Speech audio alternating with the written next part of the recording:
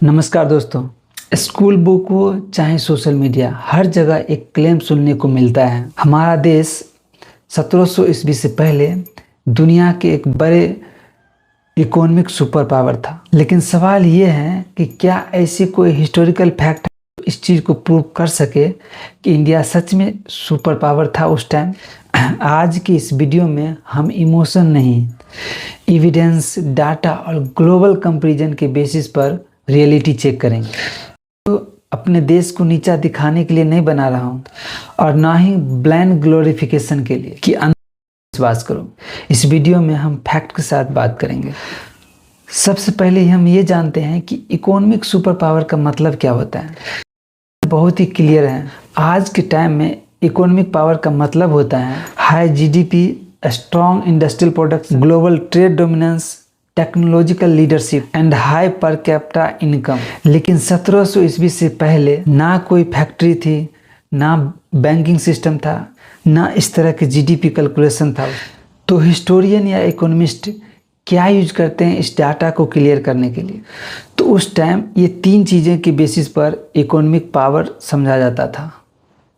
वो है share of world output, trade influence, craft and production capacity. ये ऐसी चीज़ें हैं जिसके बेसिस पर जाता था। हमें भी इसी कंटेक्स्ट में इंडिया को जज करना पड़ेगा। एक फेमस इकोनॉमिस्ट अंगस मेडिसन का एस्टिमेट डाटा के अनुसार 1700 ईस्वी के आसपास इंडिया का जीडीपी वर्ल्ड जीडीपी का 24 से 25% था। चाइना का भी मोस्टली इतने ही था। उस टाइम यूरोप फ्रेगमेंटेड था। पर सुनने में ये इम्प्रेसिव लगता है, पर सही है, पर सच यही है।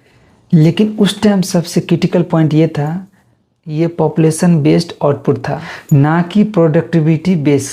उस टाइम इंडिया के पॉपुलेशन बहुत ज़्यादा थी, इसीलिए टोटल आउटपुट भी ज़्यादा था। लेकिन अगर हम बात करें पर कैपिटा इनकम की, यूरोप का पर कैपिटा इनकम इंडिया से ज़्यादा था और चाइना भी इसी कंपेरिजन में आता है। तो भी उस टाइम इंडिया बड़ा प्रोड्यूसर था, पर रिच सोसाइटी नहीं था। प्रोडक्शन करता था, एक बड़ा प्रोड्यूसर माना जाता था। इंडिया के उस टाइम सबसे बड़ी स्ट्रेंथ थी मैथली हैंडीक्राफ्ट। उस टाइम इंडिया एक बड़ा एक्सपोर्टर था कॉटन टेक्सटाइल का, यानी कॉटन से बने हुए कपड़े का। उस समय पूरी दुनिया के इंडियन के कपड़े के दीवाने थे, जैसे कि डिकन, मुस्लिन, कैलिको। उस टाइम इंडिया एक बड़ा स्टील और हैंड वोवन सिल्क भी इंडिया में बहुत ज़्यादा प्रोडक्शन होता था। उस टाइम यूरोप के लोग ही नहीं बल्कि पूरे दुनिया के लोग इंडियन कपड़े के दीवाने थे। इंग्लैंड में लोग इंडियन कपड़े के इतने दीवाने हो गए कि ब्रिटिश पार्लियामेंट ने इंडियन कॉटन को बैन कर दिया। आप सोच सकते हो कि इंडियन कपड़े के लोग कितने दीवाने थे। लेकिन यहाँ सबसे इम्पोर्टेंट पॉइंट ये है, हम लोग यहाँ से जो इतनी प्रोडक्शन करते थे वो प्रोडक्शन आर्टिसन बेस्ड थी, यानी कि फार्मर खुद प्रोडक्शन करते थे। नहीं थी उस टाइम कोई ऑर्गेनाइज फैक्ट्री या मशीन नहीं था। प्रोडक्शन कोई मशीन बेस्ड नहीं हुई। किसान अपने मेहनत से इतनी प्रोडक्शन करते थे। स्केल लिमिटेड थी। उस टाइम इंडिया ग्लोबल मार्केट का सप्लाई जरूर था लेकिन कंट्रोलर नहीं। उस टाइम इंडिया एक ट्रेड पावर थी लेकिन इंडस्ट्रियल पावर नहीं थी, क्योंकि इंडिया के एक्सेलेंट क्वालिटी के गुड्स थे और हाई डिमांड थे। लेकिन इंडिया के पास कोई नोवल डोमिनेंस नहीं था, ना ही ट्रेड मोनोपोली। लेकिन यूरोपियन एक ट्रेडिंग कंपनी थी और वहाँ आर्म शिप था। उन लोगों के पास इंश्योरेंस, क्रेडिट और जॉइंट स्टॉक कंपनी थे। पर इंडियन ट्रेडर इंडिविजुअल थे और यूरोपियन ट्रेडर एक ऑर्गेनाइज इंस्टीट्यूशनल थे। इसका रिजल्ट ये हुआ, कंट्रोल यूरोप के हाथ में चला गया। प्रॉफिट चेन के टॉप पर यूरोप ही बैठा। इंडिया प्रोड्यूसर जरूर रहा लेकिन वैल्यू एक्सट्रैक्टर नहीं। इंडिया में 1700 ईस्वी से पहले या 1700 ईस्वी तक मुगल एम्पायर का शासन था। तो सवाल ये है, क्या उस टाइम इंडिया में सोसाइटी रिच थी या एम्पायर रिच थी? मुगल एम्पायर को अक्सर रिचेस्ट एम्पायर कहा जाता है। एम्पायर के पास गोल्ड्स, ज्वेलरीज, लैंड रेवेन्यू था। ताजमहल जैसी बिल्डिंग बनाना पॉसिबल था उस टाइम। लेकिन आम आदमी और एक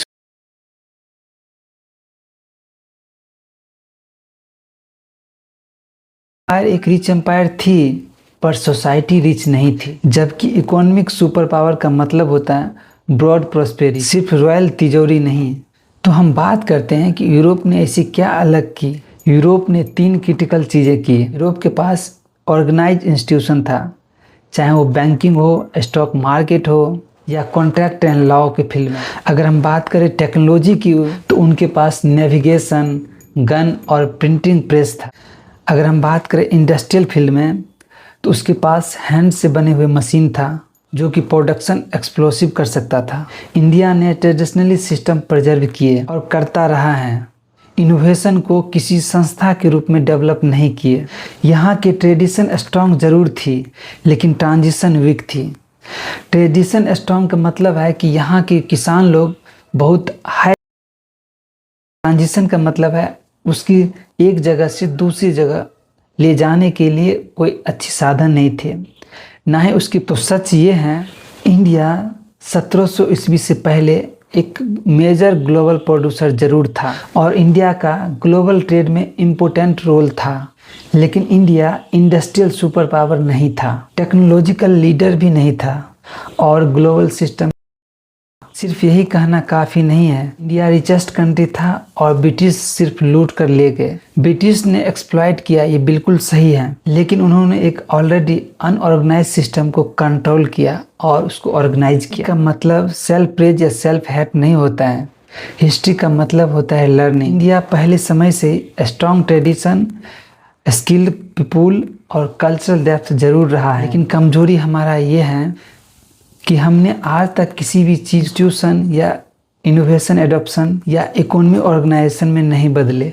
आज अगर इंडिया फ्यूचर सुपर पावर बनना चाहता है तो सिर्फ पास्ट पे गर्व नहीं बल्कि सिस्टम पर काम करना होगा। कहते हैं respect the past and build the future. Comment करके बताइए, क्या हमें हिस्ट्री को ग्लोरीफाई करना चाहिए या उसे सीख के आगे बढ़ जाना चाहिए। तो नमस्कार।